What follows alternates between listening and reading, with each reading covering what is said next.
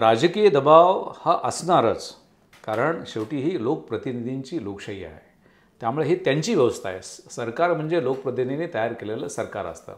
त्याच्यामध्ये अधिकारी हे टूल असतो, की त्यांना सल्ला द्यायला आणि त्यांनी सांगितलेलं अंमलबजावणी करायला, म्हणजे कायदे असतील, धोरण असेल त्याच्यासाठी. त्यामुळे अधिकारी किंवा नोकरशाही हे सरकार नाही आहे. पण झालं काय, की नोकरशाहीने स्वतःचं असं काही चित्र निर्माण केलेलं आहे, की आपण सरकारचाच एक भाग आहोत, आपण सरकार आहोत. आणि मग लोकांच्या मनामध्ये वाटलं की अरे सरकार चांगले आहे. दुसरं असं आहे की सरकार तुम्हाला लोकप्रतिनिधी दबाव आणणारच.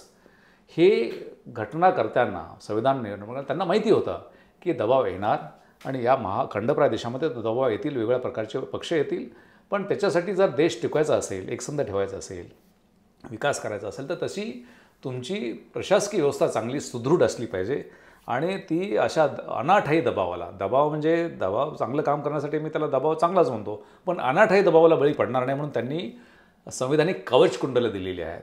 आणि सगळ्यात महत्त्वाचं कवचकुंडल म्हणजे की जर तुम्हाला जर एखाद्याने राजकीय नेत्यांनी काही काम सांगितलं चुकीचं, तर तुम्हाला ते खरं म्हणजे की तुम्ही करायची गरज नाही आहे.